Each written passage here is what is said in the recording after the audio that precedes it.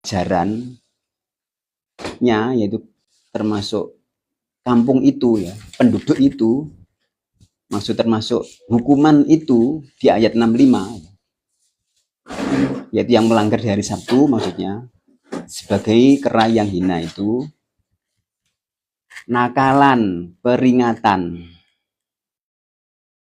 maksudnya perbandingan, cermin perbandingan agar tidak mengulang ya, agar jera, agar takut. 5 baina yadaiha, 5 bagi umat, bagi penduduk yang ada di masa itu, termasuk bagi penduduk yang di sekeliling negeri itu. Wa ma khalfaha, dan juga bagi umat atau penduduk yang setelahnya, termasuk hari ini sampai hari kiamat keterangannya. Wa mau'idatan, dan pelajaran lil muttaqina, bagi orang-orang yang bertakwa. Ayat 65, 66 ini tetap berkaitan. Kejadian peristiwa pelanggaran di hari Sabtu itu, hari Sabat, yang sudah diterangkan sebelumnya, maka Allah menjadikan hal itu sebagai peringatan, cermin perbandingan agar tidak diulang ya, agar mengambil pelajaran, khususnya penduduk di masa itu kan penduduk Elia ya, keterangannya. Ada di surat Al-A'raf sebenarnya itu, 123 kalau nggak salah, tentang penduduk di pinggir pantai atau pinggir laut ini ya, yang melanggar di hari Sabtu itu tidak boleh mengambil atau bekerja mencari ikan karena khusus untuk beribadah, tapi mereka tetap melanggarnya dengan cara membuat jaring sebelum hari Sabtu, atau membuat kolam-kolam yang agar mengalir ke kolamnya itu di hari Jumatnya, kemudian mengambilnya di hari malam Ahadnya. Itu tipu daya yang halus ya, itu kan tipu daya yang halus, seakan-akan tidak melanggar, tapi malah terjaringnya kan di hari Sabtu. Itu pelanggaran. Seakan-akan cerdik liciknya kan seakan-akan kan itu nggak melanggar kan, itu seakan-akan. Jadi bagi pelajaran bagi di masa itu, di masa setelahnya, dan terkhusus penutup ayat itu, wa mau'idatan lil muttaqin, yang paling penting itu sebenarnya. Kalau kita misalnya, maaf, mengacu pada proses pendidikan ya, kan ada input bahan-bahan yang harus dididik, diolah, diproses. Berarti ada manusia itu khususnya berarti. Artinya Quran itu kan konsumsinya untuk manusia, khususnya rohaninya. Jadi manusia-manusia diproses dengan Al-Quran, kemudian hasilnya ya lil muttaqin itu sebenarnya. Dan lil muttaqin itu sendiri yang paling bisa mengambil pelajaran keterangannya. Jadi orang-orang yang bertakwa itu yang paling bisa mengambil pelajaran. Artinya manusia, jasmani dan rohani itu, maka di situ ada pengajaran dari Al-Quran. Artinya manusia yang diturunkan Al-Quran itu hendaknya berubah mestinya ya. Artinya kan banyak keterangan. Misalnya ya nasuk butuh rabbakumul ladzi khalaqakum, dan seterusnya itu ujung-ujungnya kan lil muttaqin di situ. Atau termasuk kaitannya dengan puasa misalnya. La'allakum tattaqun. Dalam hal ini contoh misalnya Nabi Musa ya. Ini juga kan dalam Musa kan ini. Saat meminta tunjukkanlah ya Allah, kan itu seakan-akan itu. Maka keterangannya di situ kan, jika memang masih bertahan gunung itu, maka kamu akan melihat Allah kan. Dan jika tidak, maka hancurlah gunung itu. Secara lahiriah, secara batin, secara lahiriah seakan-akan itu kan gunungnya yang hancur. Tapi sebenarnya maksudnya batu-batu yang di dalam hati kita itu, kekerasan-kekerasan yang ada hati kita itu hancur enggak saat melihat Allah? Seakan-akan gitu sebenarnya. Jika seseorang itu merasakan kebesaran Allah dengan Al-Quran, dengan ayat-ayatnya, yang kauniyah maupun yang kauliyah, tentunya sifat-sifat jelek itu akan hancur sebenarnya. Artinya jika keimanan itu benar-benar bersarang dalam hati seorang, maka sifat-sifat keimanan itu akan tampak. Ya. Sebagaimana sekilas misalnya, jika memang benar-benar kita bertakbir waktu sholat, maka penjelasan takbir itu ada secara umum di Al-Fatihah itu. Betapa Allah itu maha pengasih, maha penyayang, maha kuasa, dan sebagainya. Kemudian pengakuan hanya kepadamu beribadah, kepadamu mohon pertolongan, termasuk itu kan pengakuan syahadat sebenarnya. Maka doa yang dipanjatkan pasti tunjukilah kami jalannya lurus itu ya. Dan Allah pasti mengabulkannya. Suratul ladzina an'amta alaihim kan itu berarti. Para nabi, syuhada, solihin, dan seterusnya kan itu sebenarnya. Nah selama ini kita secara lahiriah atau ucapan mengakukan semuanya kan beriman. Jika batu-batu dalam hati kita itu masih cadas, katakanlah begitu, tidak mempan Al-Quran menghancurkan batu kita, ya rasakan sendiri seperti apa negeri ini diantaranya. Atau mungkin dengan kecil kita saja, sifat-sifat mukmin itu dirasakan apa enggak kira-kira? Padahal mukmin kan berarti kan keamanan, rasa aman, rasa damai, rasa bahagia. Sampai kemarin kan ditertawakan, bacalah Quran itu sampai menjadikan kelainan jiwa kan itu kemarin. Tentram hatinya, damai, bersih dari segala kebencian, kedengkian, dan seterusnya. Itu sebenarnya. Ini hanya ucapan, maka kita itu hanya bagaimana Allah akan benar membersihkan hati kita itu aja sebenarnya.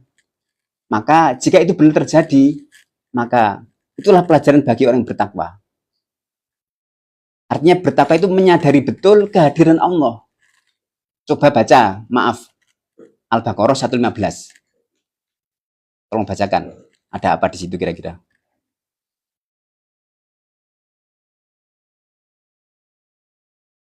Walillahil masyriq wal maghrib. Ya, coba.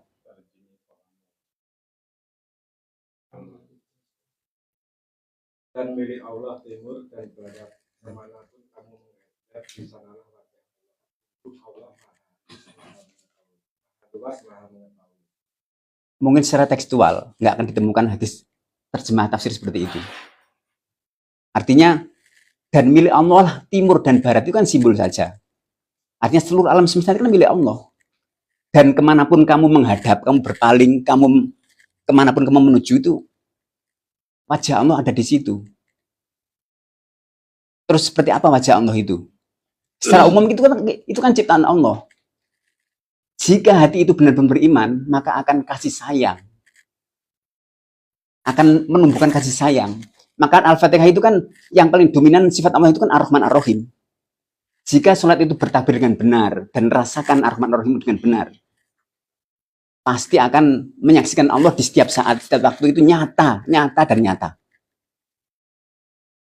Artinya orang itu akan berhati-hati sekali menghadapi alam semesta ini. Bukan hanya sama manusia, tapi seluruh makhluk Allah. Kan disitulah wajah Allah, disitulah ciptaan Allah minimal kan itu. Atau kalau nggak percaya, tambah lagi 77 Al-Qasas. Apa perintah di situ?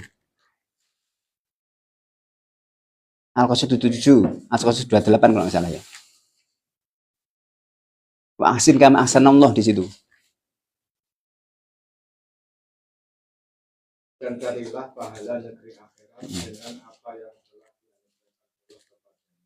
Tetapi janganlah kamu lupakan bahagianmu di dunia dan berbuat baiklah kepada orang lain sebagaimana Allah telah berbuat baik kepadamu.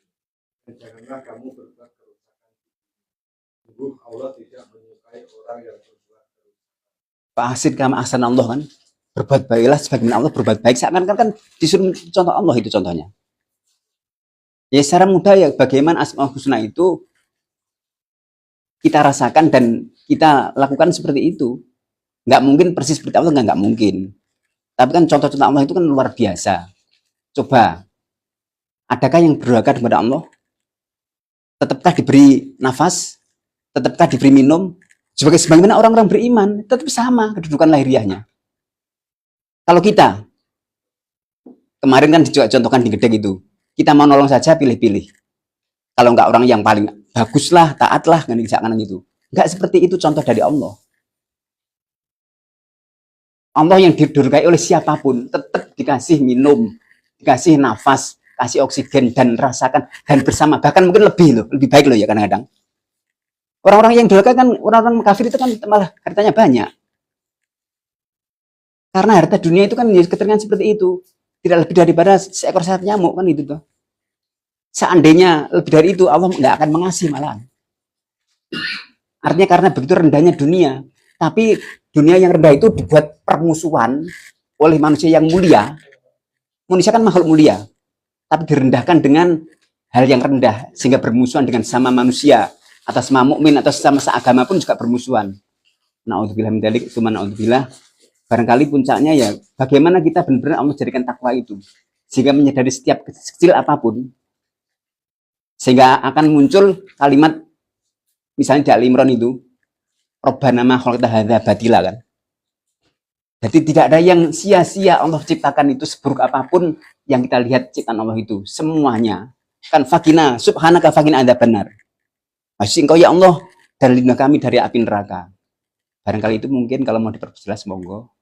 Kami nggak sanggup apa-apa. Demikian. Terima kasih. Assalamualaikum warahmatullahi wabarakatuh.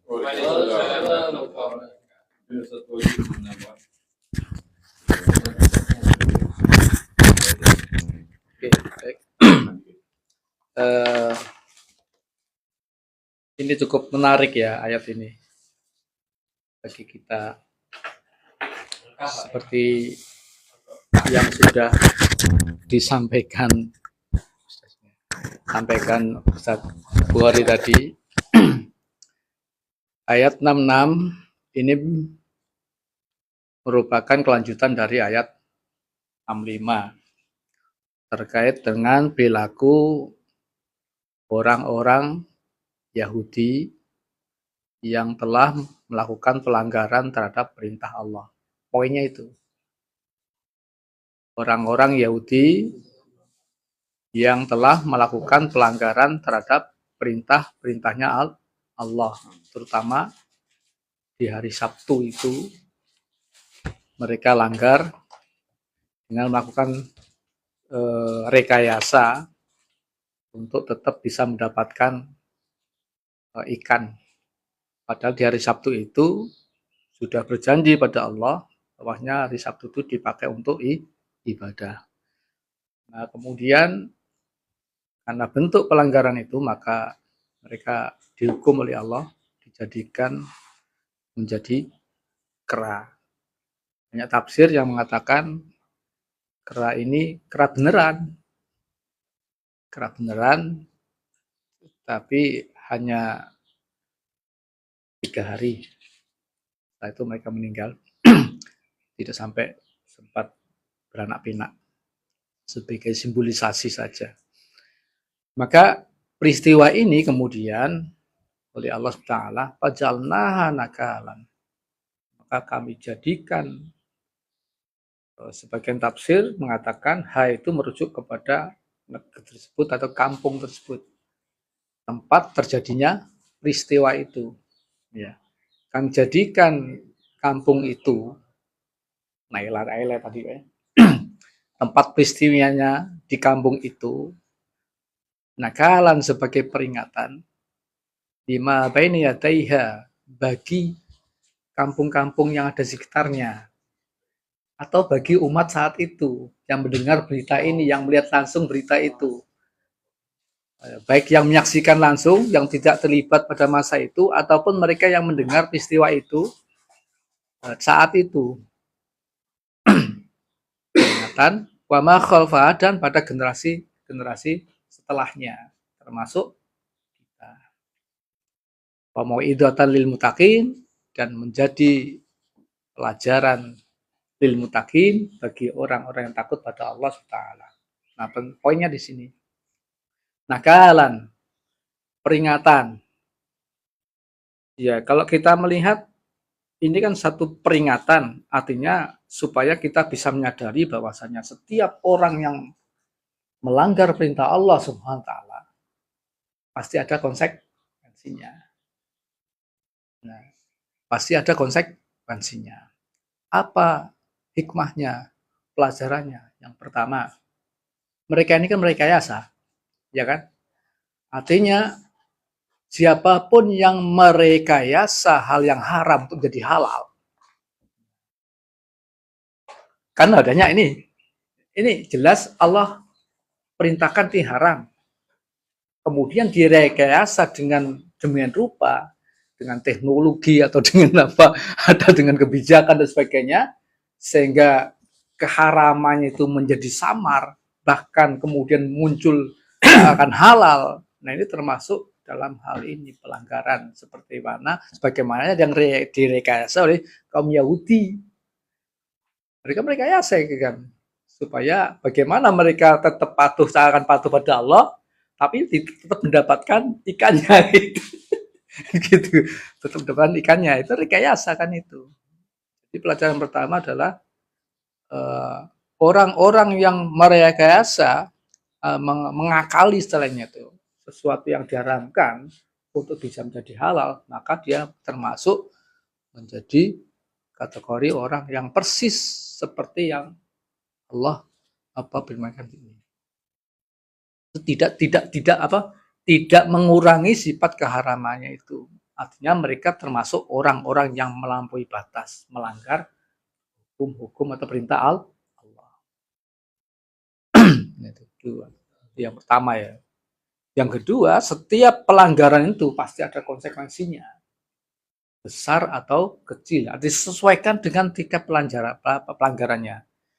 Nah, pelanggaran yang dilakukan Yahudi ini adalah culas.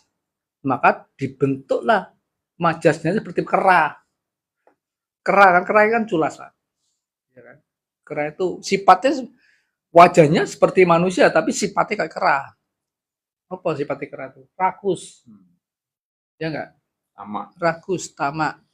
Nah, jadi hubutunnya atau mereka kesannya, fisiknya kayaknya dohirnya kayak ingin taat pada Allah, tapi hatinya, batinnya dia ingin mendapatkan dunianya itu kan gitu. Atau dia tidak ingin lepas dari dunianya itu. Maka sifat itu disimbolkan oleh Allah dengan sifat kera. Nah, kirodatan itu jamak dari kirdun.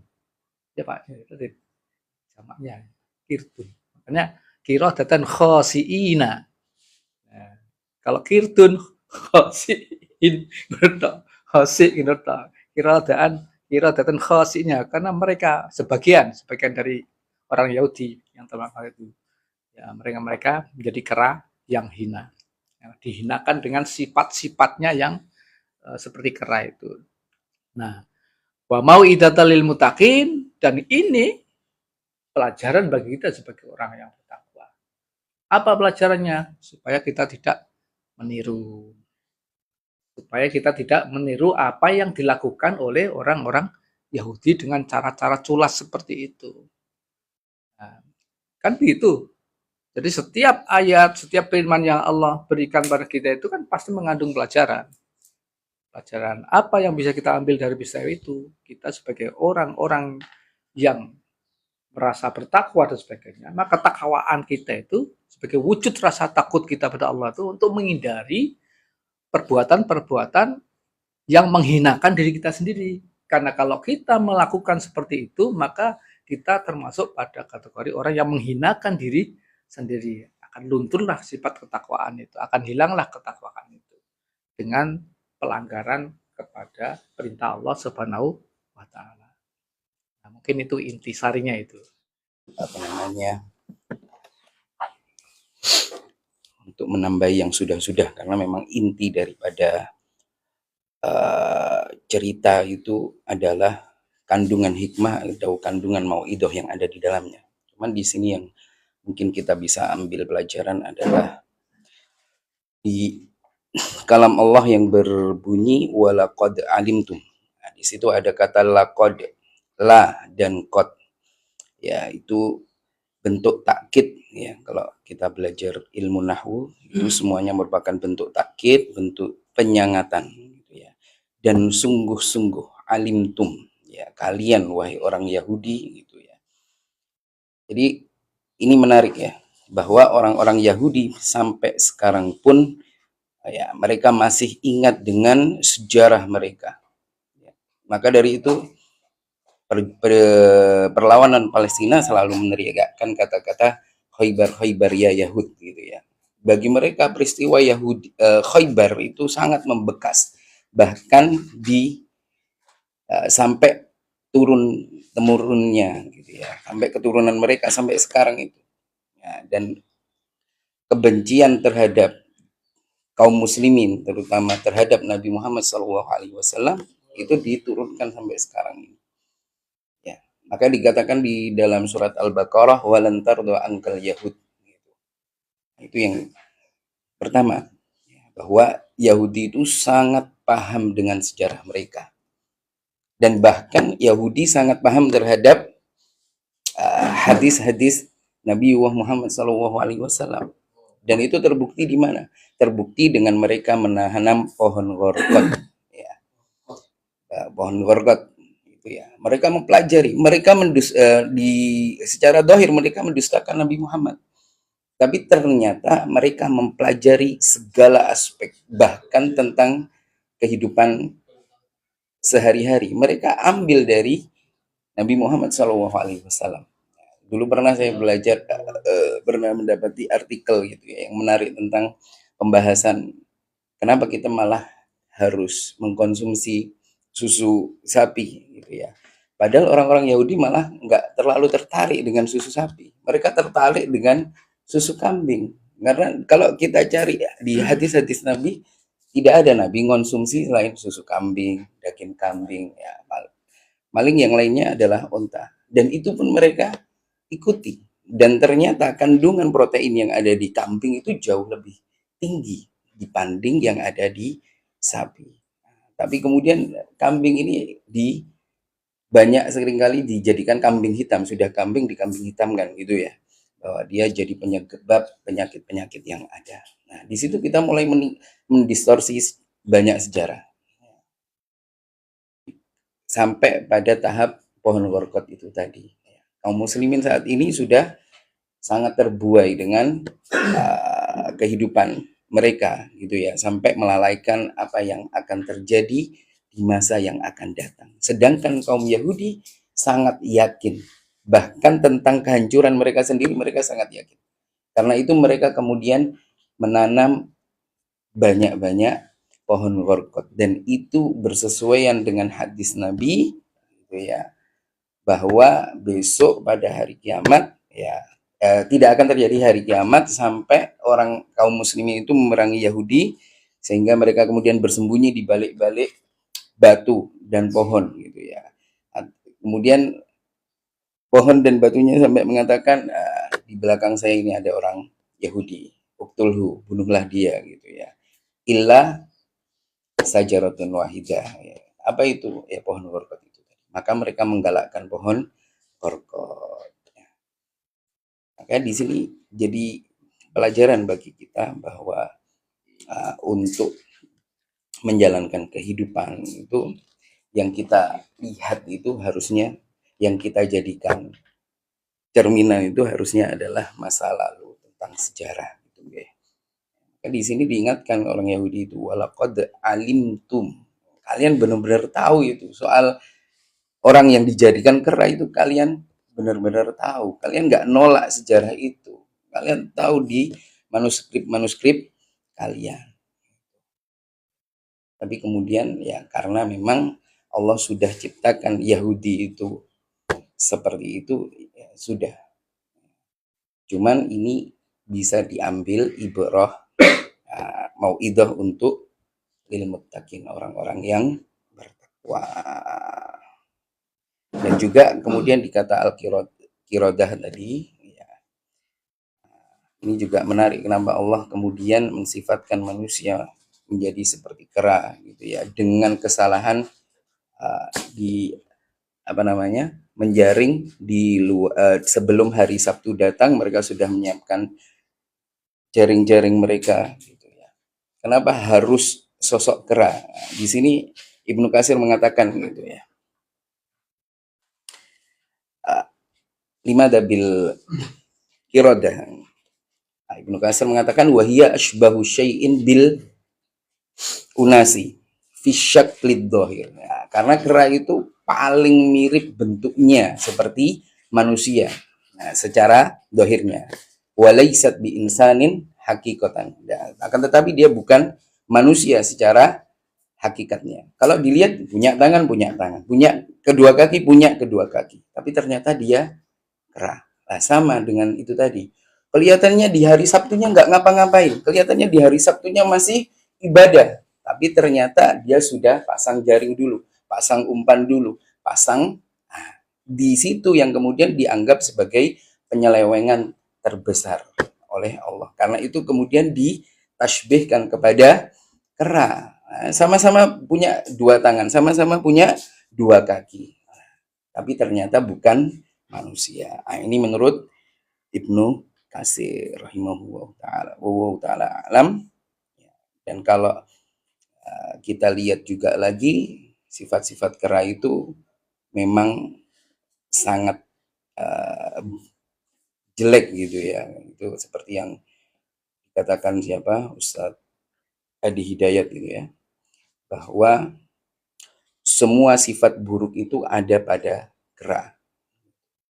Karena itu setiap keburukan, kejahatan masih disifatkan kepada sifat ini.